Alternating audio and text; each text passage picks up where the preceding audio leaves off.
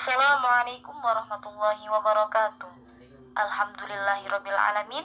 Pagi ini kita dapat berdiskusi kembali dalam mata kuliah Matematika Terapan Ilmu Keislaman yang diampu oleh dosen tercinta kita, yakni Ibu Nur Fadilah.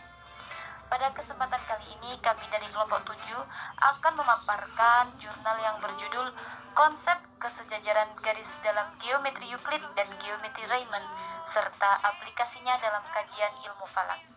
Jurnal ini disusun oleh Agus Solihin dari Universitas Negeri Islam Sunan Ampel, Surabaya. Pemaparan kali ini akan dipaparkan oleh saya, Alawiyah Mahfudho, dan Azizatul Fitriah. Berikut pemaparan dari kami. Mohon simak dengan baik. Keterkaitan ilmu matematika dan ilmu falak ini akan fokus pada kajian ufuk dan lintang berdasarkan konsep kesejajaran garis Euclid dan Riemann.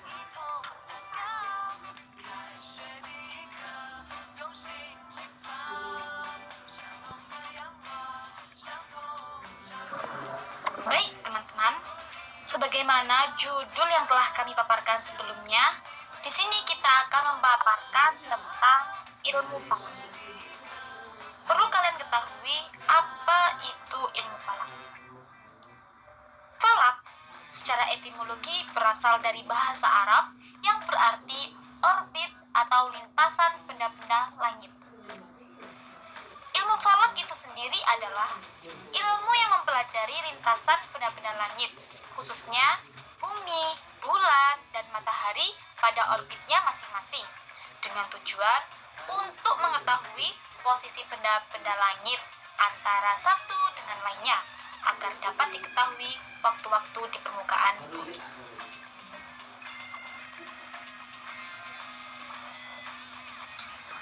Selanjutnya yakni ufuk. Apa itu ufuk? Ufuk dalam bahasa Yunani disebut horizon, yang berarti membatasi. Ufuk atau horizon adalah garis yang membagi arah garis pandang kita ke dalam dua kategori. Yang pertama yakni arah garis pandang yang memotong permukaan bumi, dan yang kedua arah garis pandang yang tidak memotong permukaan bumi.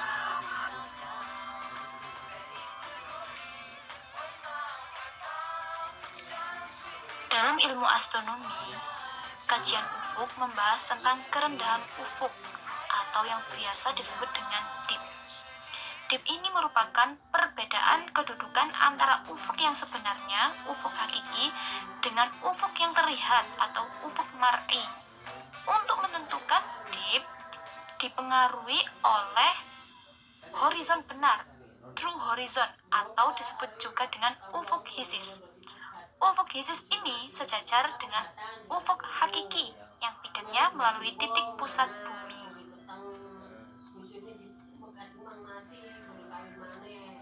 Pembahasan kerendahan ufuk pada kajian ilmu falak tadi merupakan aplikasi dari konsep kesejajaran Euclid. Berikut penjelasan mengenai konsep kesejajaran Euclid. Konsep kesejajaran Euclid ini bermula dari postulat yang berbunyi, jika dua garis dipotong oleh sebuah garis transversal sedemikian hingga membuat jumlah sudut dalam sepihak kurang dari 180 derajat, maka kedua garis itu berpotongan pada pihak yang jumlah sudut dalam sepihaknya kurang dari 180 derajat.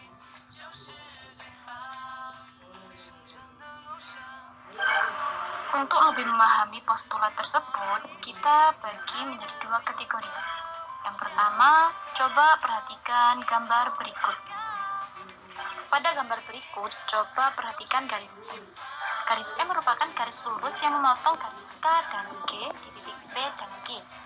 Sudut P1 dan Q1 besarnya kurang dari 90 derajat, sehingga P1 dan Q1 jika dijumlahkan besarnya kurang dari 190 derajat. Maka posisi sudut P1 dan Q1 adalah sudut dalam sepihak. Baik, selanjutnya, coba perhatikan gambar berikut. Apa yang terjadi apabila garis G dan K diperpanjang? Apa yang terjadi? Nah, setelah diperpanjang, maka garis G dan K akan bertemu atau berpotongan di sebelah kanan garis M, yang tak lain adalah berada pada pihak yang sama dengan sudut P1 dan Q1.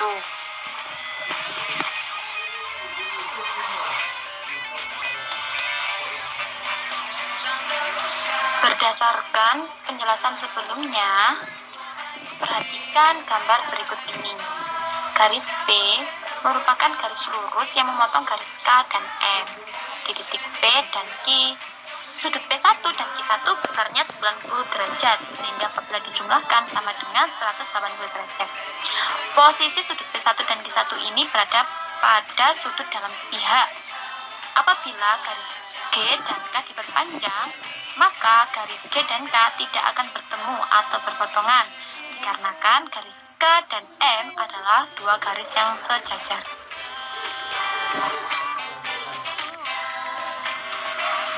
Ya, sebagaimana pemaparan sebelumnya, sudah jelas bahwasanya pembahasan kerendahan ufuk ini merupakan aplikasi dari konsep kesejajaran Euclid, di mana teori dip adalah pertemuan antara garis ufuk hakiki dan mar'i.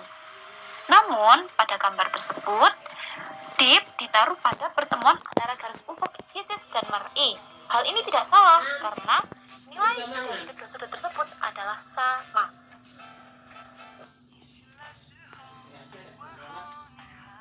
Selanjutnya yaitu apa itu lintang. Lintang tempat dalam bahasa Yunani disebut dengan pi, yang artinya jarak suatu tempat dari khatulistiwa atau ekuator bumi diukur sepanjang garis bujur yang melalui tempat lain. Kemudian lintang tempat bersifat positif jika berada pada belahan bumi bagian utara, dan bersifat negatif jika lintang tempat berada pada belahan bumi bagian selatan.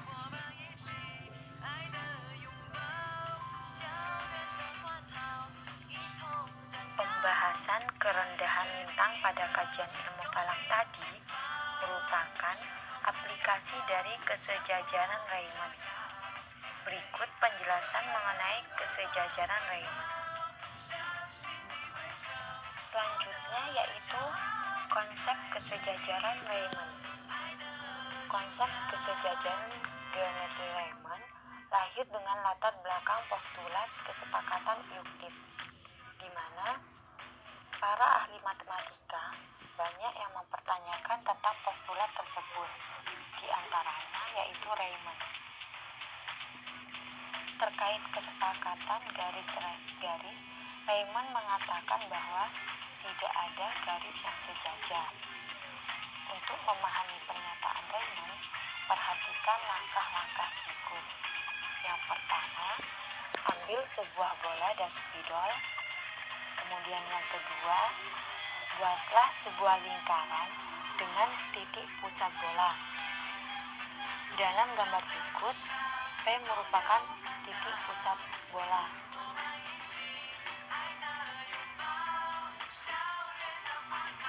Selanjutnya yaitu bayangkan ada sebuah garis K yang tegak lurus dengan lingkaran L melalui titik pusat bola dan memotong permukaan bola di dua tempat yang berbeda, sebagaimana gambar di samping.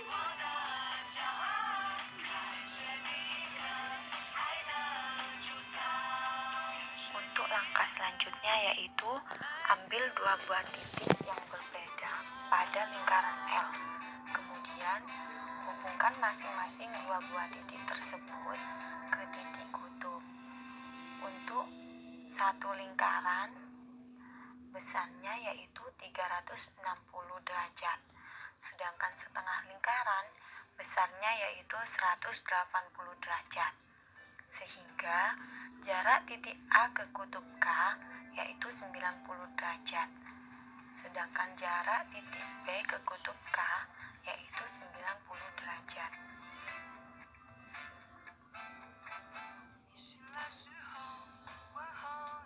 Jadi kesimpulannya yaitu jarak A sama dengan jarak B.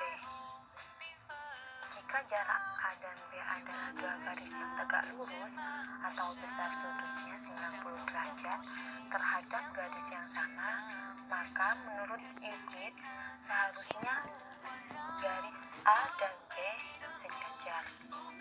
Kemudian jika A dan B sejajar, maka akibatnya dua garis tersebut tidak akan bertemu atau berpotongan. Baik, demikian pemaparan dari kami. Mohon maaf atas segala kekurangan. Terima kasih atas segala perhatian. Selanjutnya, mari kita berdiskusi bersama melalui WhatsApp Group. Akhirul kalam, wassalamualaikum warahmatullahi wabarakatuh.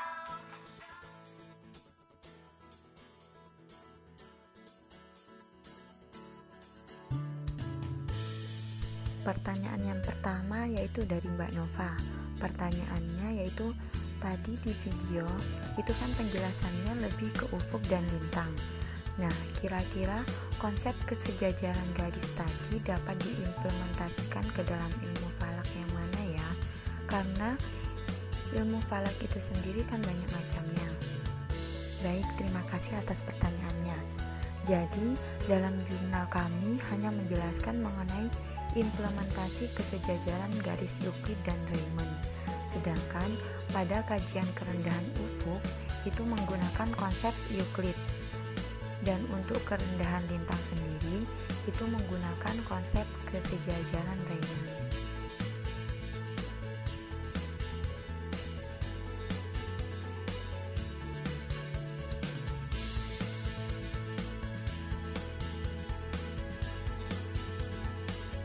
Untuk pertanyaan yang kedua yaitu dari Mbak Aya. Pertanyaannya adalah, ilmu falak itu pengaplikasiannya digunakan untuk apa saja dan apa kaitan penjelasan video tadi dalam kehidupan sehari-hari? Baik, terima kasih atas pertanyaannya. Untuk pengaplikasian ilmu falak dalam jurnal ini yaitu untuk mencari kerendahan ufuk dan lintang. Sedangkan kaitannya dalam kehidupan sehari-hari itu bisa digunakan untuk menentukan waktu sholat, kemudian menentukan arah kiblat dan lain sebagainya.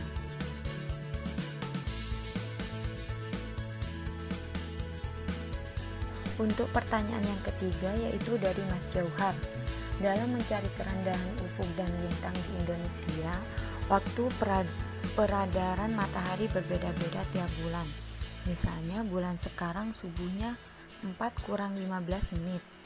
Sedangkan di bulan Mei subuhnya jam 4:15 menit.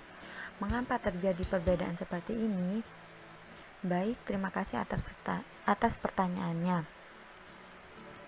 Sebagaimana pemaparan di jurnal, perbedaan ini terjadi karena adanya dip atau kerendahan ufuk tergantung ketinggian tempat pengamat yang akan mempengaruhi ufuk horizontal atau ufuk sebenarnya.